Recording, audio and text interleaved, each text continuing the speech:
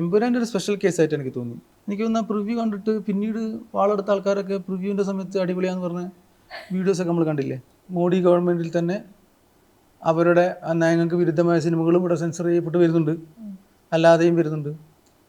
അപ്പോൾ എപ്പോഴും ഒരേപോലെ തന്നെയാണ് ഉണ്ടാവുകയെന്നില്ല. സെൻസർ ബോർഡ് എന്നുള്ള ഒരു സെൻസർ ചെയ്തിട്ടാണ് സിനിമ ജനങ്ങളിൽ എത്തുക എന്നുള്ള ആശയം അതാണ് നമ്മൾ പുനഃപരിശോധിക്കേണ്ടത്. അത്രേ ഉള്ളൂ. അപ്പോൾ മറ്റേത് ഓരോ താല്പര്യങ്ങൾ ഇങ്ങനെ വന്നുകൊണ്ടേയിരിക്കും. എവിടെ തൊട്ടാലും കേസ് വരിക, സോഷ്യൽ ബോയ്ക്കോട്ടിങ് വരിക, സോഷ്യൽ മീഡിയയിൽ ഈ സൈബർ ബുള്ളിങ് വരിക, ഇത്തരം കാര്യങ്ങളൊക്കെ കൂടിക്കൂടി വരുമ്പോൾ ഒരു ആർട്ടിസ്റ്റ് സ്വയം സെൻസർ ചെയ്യാൻ ഇപ്പൊ നമ്മള് ഒരു സിനിമ ആശയങ്ങൾ പറയാനായിട്ട് സിനിമ ഉപയോഗിക്കുകയാണ് എന്നുള്ളത് മുൻപ് അർഷദ് പറഞ്ഞിട്ടുണ്ട്.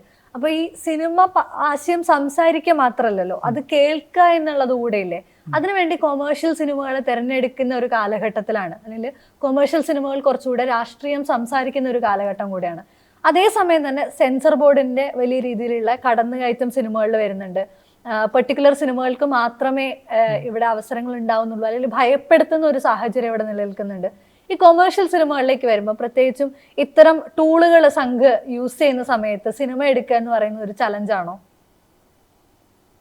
അല്ല, രണ്ട് രൂപത്തിലുണ്ട്. സെൻസർ ബോർഡ് എന്നുള്ള ഒരു സംവിധാനം തന്നെ വേറെ എവിടെയെങ്കിലും ഉണ്ടോ എന്ന് എനിക്കറിയില്ല. നമ്മുടെ നാട്ടിലല്ലേ ഉള്ളത്, എനിക്ക് തോന്നുന്നില്ല. അതിനെക്കുറിച്ചല്ലേ പറയുന്നത്. സെൻസർ ബോർഡിനോട് അവർ കണ്ട് അപ്രൂവലാക്കിയാലാണല്ലോ സിനിമ ഇവിടെ നമുക്ക് പ്രദർശിച്ച് കിട്ടുള്ളൂ. അങ്ങനെയുള്ളൊരു സെറ്റപ്പിൽ ഇരുന്നു കൊണ്ടാണല്ലോ നമ്മൾ സിനിമ ചെയ്യുന്നത്. അപ്പം അതിൽ സെൻസർ ബോർഡിൽ അതാത് സെൻസർ ബോർഡിൽ ഇരിക്കുന്ന ആൾക്കാരുടെ താല്പര്യങ്ങൾ, ഭരണവർഗത്തിൻ്റെ താല്പര്യങ്ങൾ, പാർട്ടികളുടെ താല്പര്യങ്ങൾ, ഇതൊക്കെ വന്നും വരാതെയൊക്കെ ഇരിക്കാം. അപ്പോൾ അത് എപ്പോഴും ഒരേപോലെ ആയിരിക്കൊള്ളണമെന്നില്ല. പിന്നെ അതായത് നിങ്ങൾക്ക് ഈ മോഡി ഗവൺമെൻറ്റിൽ തന്നെ അവരുടെ നയങ്ങൾക്ക് വിരുദ്ധമായ സിനിമകളും ഇവിടെ സെൻസർ ചെയ്യപ്പെട്ട് വരുന്നുണ്ട്, അല്ലാതെയും വരുന്നുണ്ട്.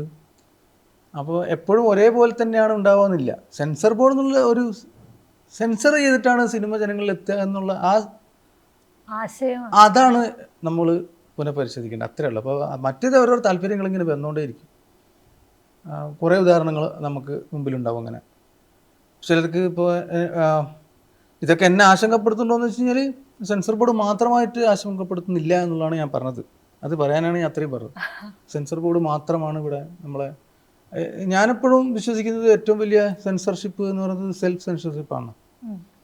അതായത് ഒരു വർക്ക് ചെയ്യുന്നതിന് മുമ്പ് തന്നെ നമ്മൾ സ്വയം തന്നെ ഇത് പ്രശ്നമായേക്കാം, ഇതിവിടെ പറയേണ്ടതില്ല, ഇത് പറയുന്നത് കൊണ്ട് എന്താണ് ഗുണം, അത് ചിലപ്പോൾ കുഴപ്പമുണ്ടാവും എന്ന് സ്വയം തന്നെ തീരുമാനിച്ചിട്ട് നമ്മളുടെ എഴുത്തിൻ്റെ പ്രോസസ്സ് മുതൽ തന്നെ നമ്മൾ തന്നെ സെൻസർ ചെയ്യുന്ന ആണിപ്പോൾ കൂടുതലായിട്ട് വന്നുകൊണ്ടിരിക്കുന്നത് താരതമ്യം.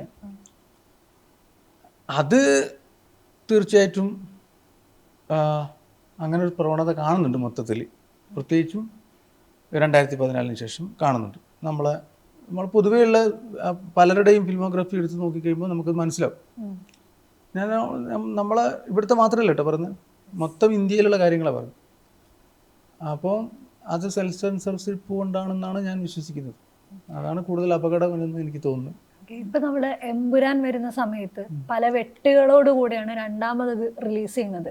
അപ്പോൾ ഒരു കൊമേഴ്ഷ്യൽ സിനിമ, അത് പ്രത്യേകിച്ച് മോഹൻലാൽ എന്ന് പറയുന്ന സ്റ്റാർ കാസ്റ്റിങ്ങോട് വരുന്ന സിനിമയാണ്. അത് വലിയ പ്രതീക്ഷ ഉണ്ടാക്കിയ സിനിമയാണ്, ആളുകൾ ഏറ്റെടുക്കാൻ സാധ്യത ഏറെയുള്ള സിനിമയാണ്. ആ സിനിമയ്ക്ക് പോലും വലിയ രീതിയിൽ സംഘപരിവാർ ആക്രമണം ഉണ്ടാവുകയാണ്. ആ ആക്രമണം ഉണ്ടായതിൻ്റെ പേരിൽ മാത്രം അതിലെ പല ഭാഗങ്ങളും ഒഴിവാക്കപ്പെടുകയാണ്. അതായത് ചരിത്ര രേഖകളായിരിക്കുന്ന സാധനങ്ങൾ തന്നെയാണ് അവിടെ ഒഴിവാക്കപ്പെടുന്നത്. ഇത് തന്നെയാണോ ഇത്തരം സെൽഫ് സെൻസർഷിപ്പിനുള്ള കാരണമായി വരുന്നത്? നിങ്ങൾ ഇത്തരം സിനിമകൾ ചെയ്താൽ അതിവിടെ കാണിക്കാൻ പറ്റില്ല, അല്ല അതിന് വലിയ രീതിയിലുള്ള പ്രത്യാഘാതങ്ങൾ ഉണ്ടാകും എന്നുള്ള ഭയപ്പെടുത്തൽ കാരണമാണോ ഈ പറയുന്ന സെൽഫ് സെൻസർഷിപ്പ് ഉണ്ടാകുന്നത്? എന്താണ് എമ്പുരാന്റെ കേസിൽ സെൽഫ് സെൻസർഷിപ്പ് നടന്നില്ലല്ലോ, അവർ അങ്ങനെ റിലീസ് ചെയ്തില്ലേ? അല്ല, അത്തരത്തില് പ്രത്യാഘാതങ്ങൾ മാത്രമല്ല, റിലീസായ എനിക്ക് തോന്നുന്ന പ്രിവ്യൂ കണ്ടിട്ട് പിന്നീട് വാളെടുത്ത ആൾക്കാരൊക്കെ പ്രിവ്യൂവിൻ്റെ സമയത്ത് അടിപൊളിയാന്ന് പറഞ്ഞ വീഡിയോസൊക്കെ നമ്മൾ കണ്ടില്ലേ. എമ്പുരാൻ്റെ ഒരു സ്പെഷ്യൽ കേസായിട്ട് എനിക്ക് തോന്നി. കാരണം വെച്ചാൽ ആദ്യം അനുകൂലിച്ചവർ തന്നെയാണല്ലോ പിന്നെ അത് എതിർത്ത് വന്നത്. അതിലേതെങ്കിലും തരത്തിലുള്ള സ്വയം കൺട്രോളിങ് സെൻസർഷിപ്പ് അല്ല എന്ന് തോന്നുന്നു. അത് ഡിഫറെൻ്റ് ആണ് കേസ്. അവര് സെൻസർഷിപ്പ് ചെയ്തു എന്നല്ല, അത്തരം ഇൻസിഡന്റുകൾ ഇവിടെ ഉണ്ടാവുന്നത് പിന്നീടുള്ള എഴുത്തുകാരിൽ അത്തരം ഒരു സെൽഫ് സെൻസർഷിപ്പ് ഉണ്ടാക്കാനുള്ള സാധ്യതയില്ലേ? അത് മാത്രമായിക്കൊള്ളുന്നില്ല. നമ്മൾ എന്തിനാ ഇപ്പോൾ അനാവശ്യമായ ഡിസ്കഷന് പോകുന്നത്? നമുക്കൊരു എൻ്റർടൈൻമെൻ്റ് അല്ലേ, ജനങ്ങളെ എൻ്റർടൈൻ ചെയ്യിപ്പിക്കുക എന്നുള്ളതല്ലേ. അതിലേക്ക് എന്തിനാ അനാവശ്യമായ ചർച്ചകൾ കൊണ്ടുവരുന്നത്? ആരെയും വെറുപ്പിക്കുന്ന എന്തിനാ? ഇൻഡസ്ട്രി അല്ലേ, പണം മുടക്കുന്ന ഒരു കലയല്ലേ, ഇങ്ങനെയൊക്കെ ആലോചിച്ചിട്ടും ചെയ്യാമല്ലോ. അപ്പം അതിൻ്റെ തോത്, അതായത് എവിടെ തൊട്ടാലും കേസ് വരിക, സോഷ്യൽ ബോയ്ക്കോട്ടിങ് വരിക, സോഷ്യൽ മീഡിയയിൽ ഈ സൈബർ ബുള്ളിങ് വരിക, ഇത്തരം കാര്യങ്ങളൊക്കെ കൂടിക്കൂടി വരുമ്പോൾ ഒരു ആർട്ടിസ്റ്റ് സ്വയം സെൻസർ ചെയ്യാൻ വിധേയപ്പെടും. ഒരു പെർട്ടിക്കുലർ ഇവൻ്റോ അല്ലെങ്കിൽ ഒരു പെർട്ടിക്കുലർ ഒരു പ്രസംഗമോ ഒരു കേസോ ആയിക്കൊള്ളുന്നില്ല. മനോഘടനയിൽ വരുന്നൊരു മാറ്റമാണത്. അങ്ങനെ നമ്മൾ പാകപ്പെട്ട് വരികയും ചെയ്യാം. അതുകൊണ്ടാണല്ലോ ഇവിടെ കാര്യമായ ഡിസെൻറ്റുകളൊന്നും ഇല്ലാത്തത്.